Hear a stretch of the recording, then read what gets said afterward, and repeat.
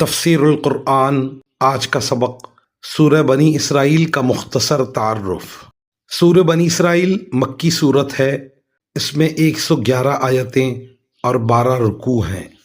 اس صورت کی سب سے پہلی آیت ہی یہ بتا رہی ہے کہ اس کا نزول معراج مبارک کے واقعے کے بعد ہوا ہے۔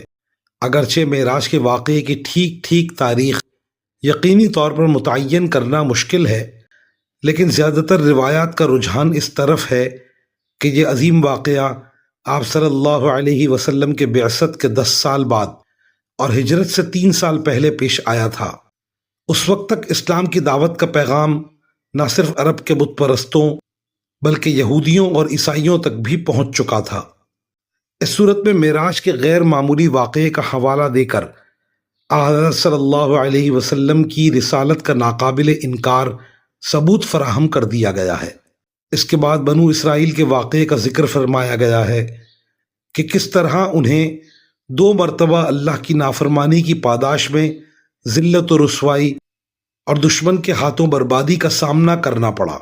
اس طرح مشرکین عرب کو سبق دیا گیا ہے کہ وہ قرآن کریم کی مخالفت سے باز آ جائیں، ورنہ ان کو بھی اسی قسم کے انجام سے سابقہ پیش آ سکتا ہے، کیونکہ اس وقت قرآن کریم ہی وہ واحد کتاب ہے جو اعتدال کے ساتھ سیدھے راستے کی طرف ہدایت کر رہی ہے۔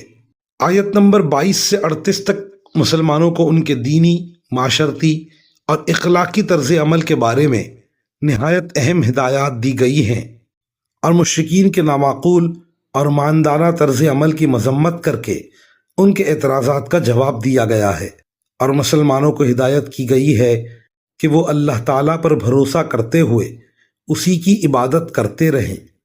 چونکہ سورت کے شروع میں بنو اسرائیل کے ساتھ پیش آنے والے 2 اہم واقعات کا تذکرہ کیا گیا ہے، اس لیے سورت کا نام سورہ بنی اسرائیل ہے، اور اس کا دوسرا نام سورۃ الاسراء ہے۔ اسراء سفر معراج کو اور خاص طور پر اس سفر کے اس حصے کو کہا جاتا ہے جس میں حضرت صلی اللہ علیہ وسلم کو مسجد حرام سے بیت المقدس تک لے جایا گیا۔ سورت کا آغاز ہی چونکہ اس معجزانہ سفر کے تذکرے سے ہوا ہے، اس لیے اس کو سورۃ الاسراء بھی کہا جاتا ہے۔ وآخر دعوانا ان الحمد للہ رب العالمین۔